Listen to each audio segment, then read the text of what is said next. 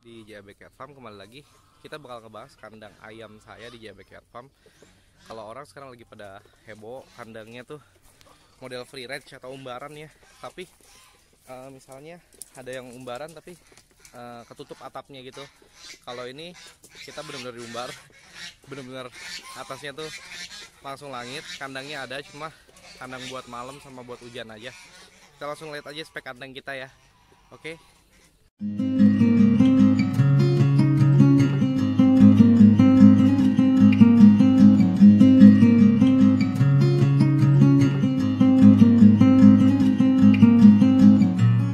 Nah, ini dia kandang kita di JA Backyard Farm.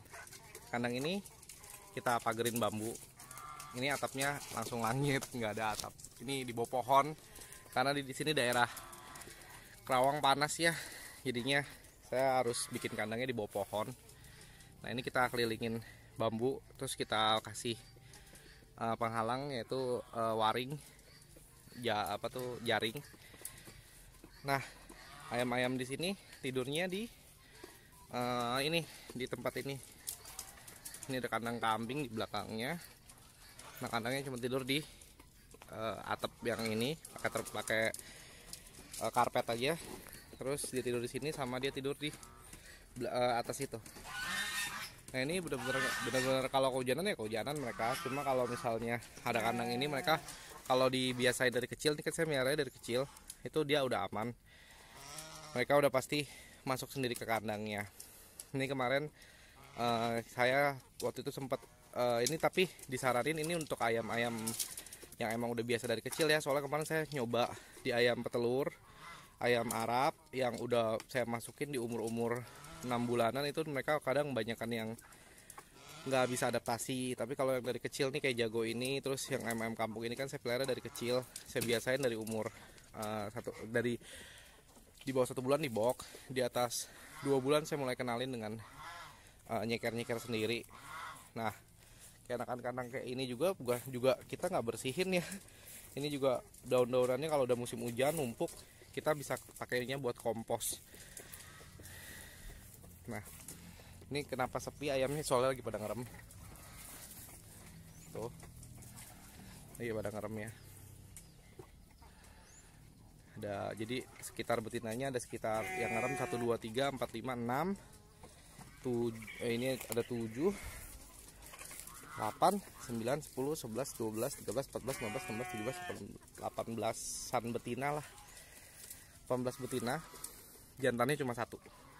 Dan kalau ada yang bilang, wah itu jantannya kurang, ini jadi semua anaknya banyak kok, banyak hasilnya, banyak anaknya. Karena si jantan ini biarpun 1, tapi dia kan ngegilir. Dia misalnya betinanya setengah dari betinanya atau 1/4 dari betinanya itu ngerem, dia ngerem, yang ini bisa dikawinin sama dia fasenya. Nah, terus betinanya itu saya nggak kasih piara anak ya, soalnya kalau piara anak di sini rentannya dimakan garangan.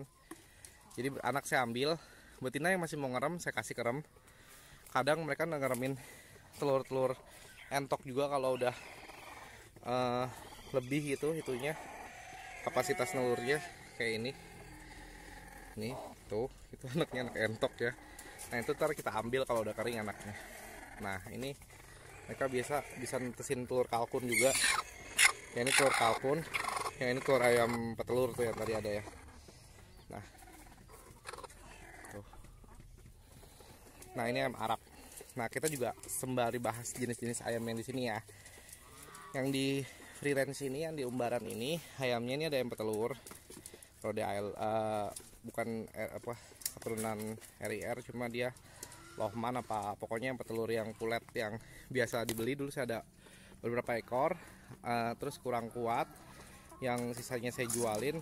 Ini saya sisain satu-satu buat bikin anakannya agak beragam aja.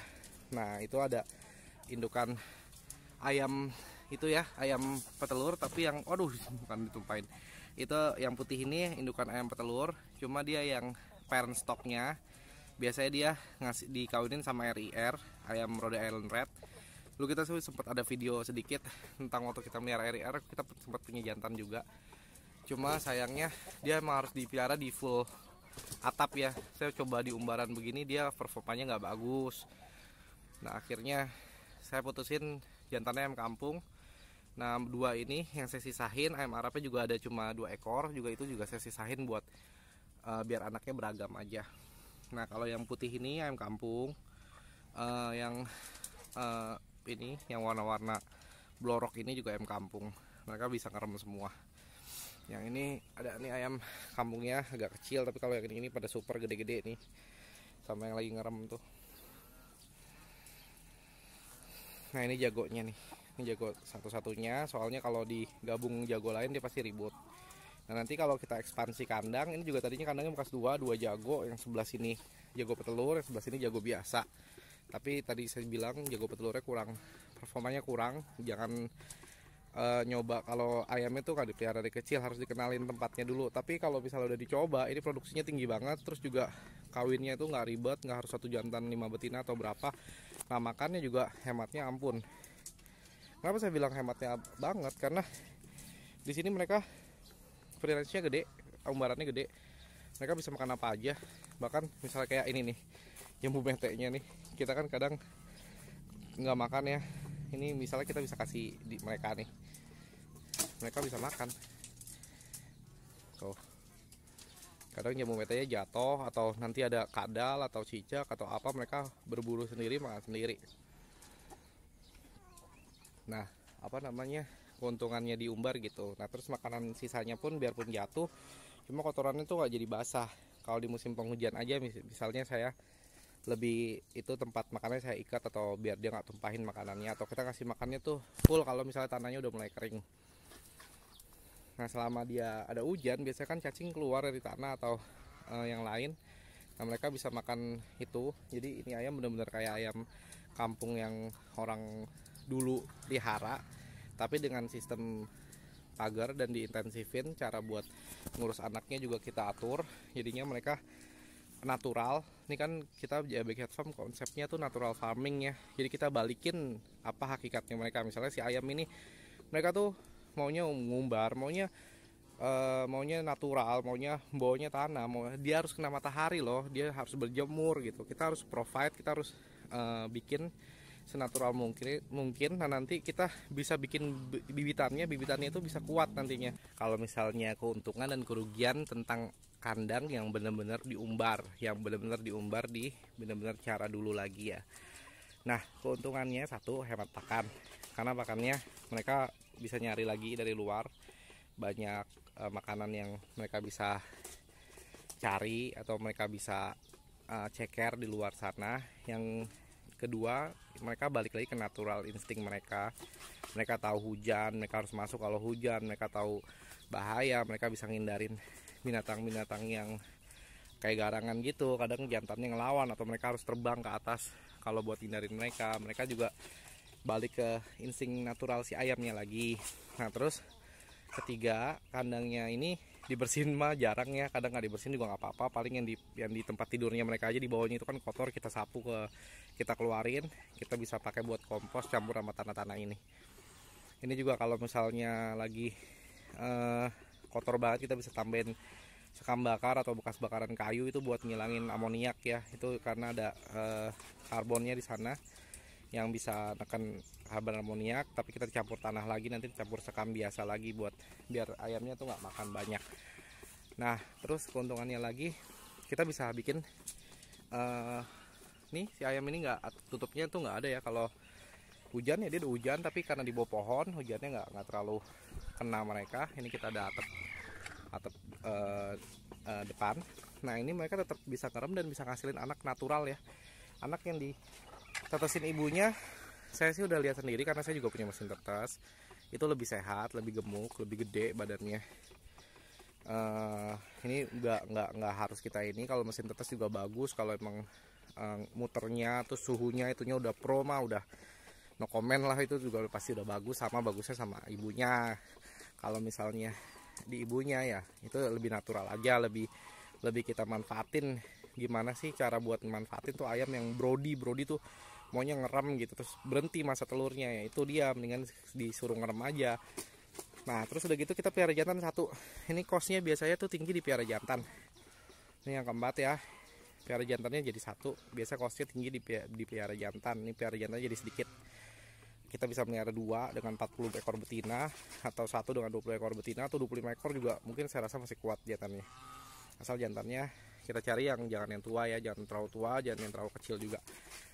Nah, terus keuntungannya karena ada matahari dan hujan, matahari bakalan eliminasi sendiri virus-virus, bakteri-bakteri yang nggak perlu kalau lagi panas. Dan kalau lagi hujan, ini tanah becek, mereka juga bakalan bikin bakteri-bakteri yang baik, dan kalau ada bakteri buruk kita langsung basmi. Nah, kekurangannya ya, kalau misalnya kekurangannya itu mereka harus diajarin dari kecil, karena nggak bisa langsung kita beli ayam kita langsung umbar, kecuali kita belinya dari orang-orang yang ternaknya klasik, ternaknya itu kayak orang dulu, diumbar ayamnya itu ayamnya kuat. Itu saya udah coba yang ayam-ayam kampung dulu, tapi itu girasnya ampun, ditaruh di sini juga pasti dia terbang. Itu kita harus magerin bisa 2,5 meter ke 3 meter, itu dia kurangnya. Terus nggak disaranin buat ayam ras kayak petelur, harap, atau ulu, atau joper, karena mereka kurang kuat ya, kurang kuat cuaca. Disaranin banget buat ayam kampung asli, dan disaranin banget pokoknya diajarinnya dari DOC dari kecil. Terus kitanya juga harus bener-bener belajar di Google segala macam info tentang penyakit ayam, tentang tanda-tanda ayam sakit, tentang nanggulangin bakteri. Kita harus belajar tentang nyemprot disinfektan. Kita harus manfaatin IM4 buat apa? Buat nyemprot biar kotorannya tuh kalau misalnya lagi numpuk ini kan dia apalagi musim hujan ya, bau lalat mulai datang. Kita harus semprotin IM4 dulu. Kita harus nanti setelah disemprot IM4 diambil, terus kita semprotin Rodalon atau antiseptik lainnya. Kita harus belajar itu dulu, tahu dulu tentang mikroorganisme yang baik yang mana, yang buruk yang mana. Nah, terus kita harus tahu tentang penyakit. Cara penanggulangan penyakit ini gampang, itu minumnya cuma di ember. Nah, di ember itu kalau misalnya mulai sakit saya pakaiin obat-obatan. Nah, sementara itu kan bilang kan stimulannya apa? Saya nggak pakai stimulan telur ya. Saya pakai Excellence, itu buat apa namanya, produksi.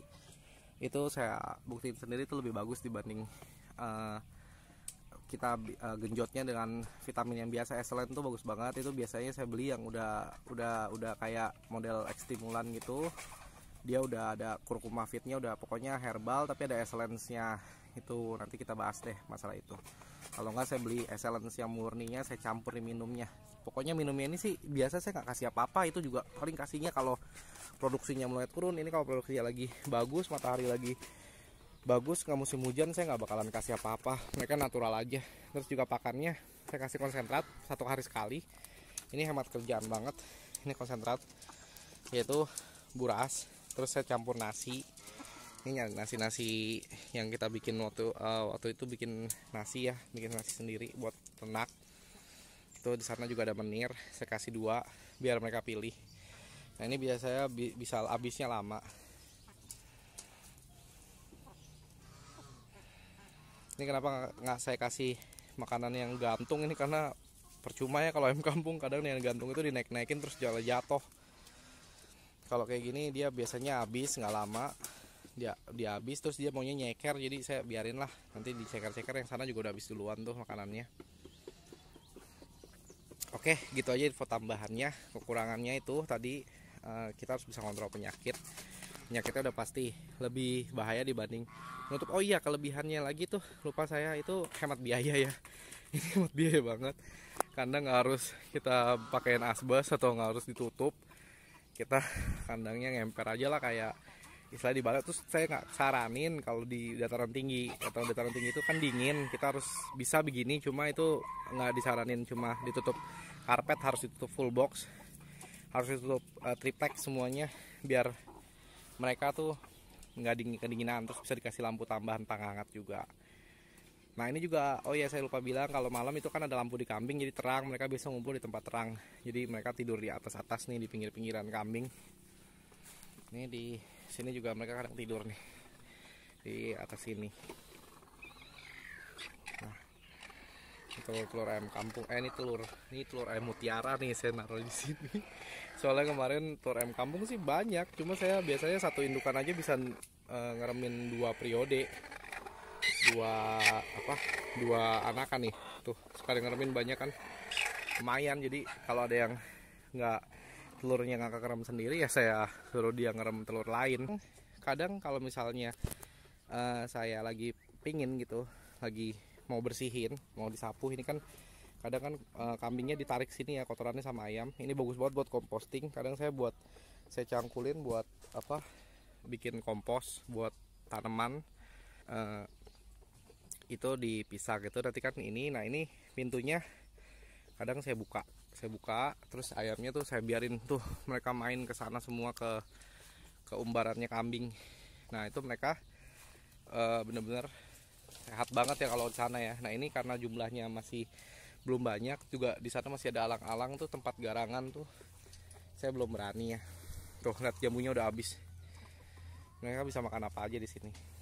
Dan sisa sampah dapur lempar, sisa nasi lempar, kuat semua, udah terlatih ya. Asal jangan dikasih yang bahaya-bahaya kayak kimia-kimia atau yang ngandung sesuatu yang berbahaya buat kita, juga pasti bahaya buat ayam. Atau yang benar-benar basi makanannya nggak boleh. Ini benar-benar enak ya dipeliharanya. Udah sekitar mau 10 bulanan lah.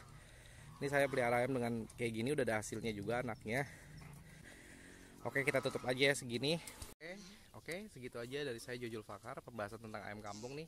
Tour ayam, kandang ayam kita nanti bakalan ada tour farm kita full. Ini adalah pembahasan. Saya sih nggak menyarankan, maksudnya nggak harus kita kandang kayak gini. Saya menghormati banget kandang ayam kampung. Saya menghormati semua peternak dan petani Indonesia yang nyoba caranya masing-masing, jalannya masing-masing. Yang penting tujuannya sama, yaitu kita majuin peternakan Indonesia dan bikin gimana caranya biar ayam itu produksinya tuh bagus di sini.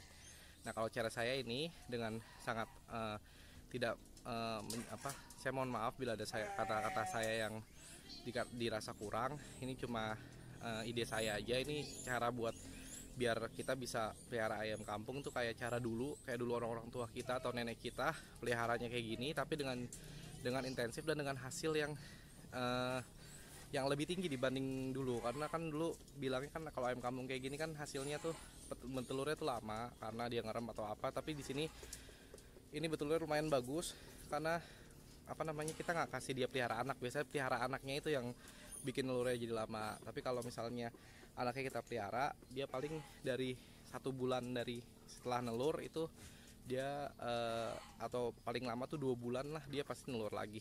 Dan karena makannya hemat, kalau dia ngerem jadinya kita juga nggak keberatan dimakan. Jadinya kita bisa melihara jantannya 1, betinanya banyak, bisa sampai 20. Waktu itu saya cobanya waktu itu 20, cuma waktu itu ada yang saya beli, ada yang beli juga indukannya, jadinya tinggal 18.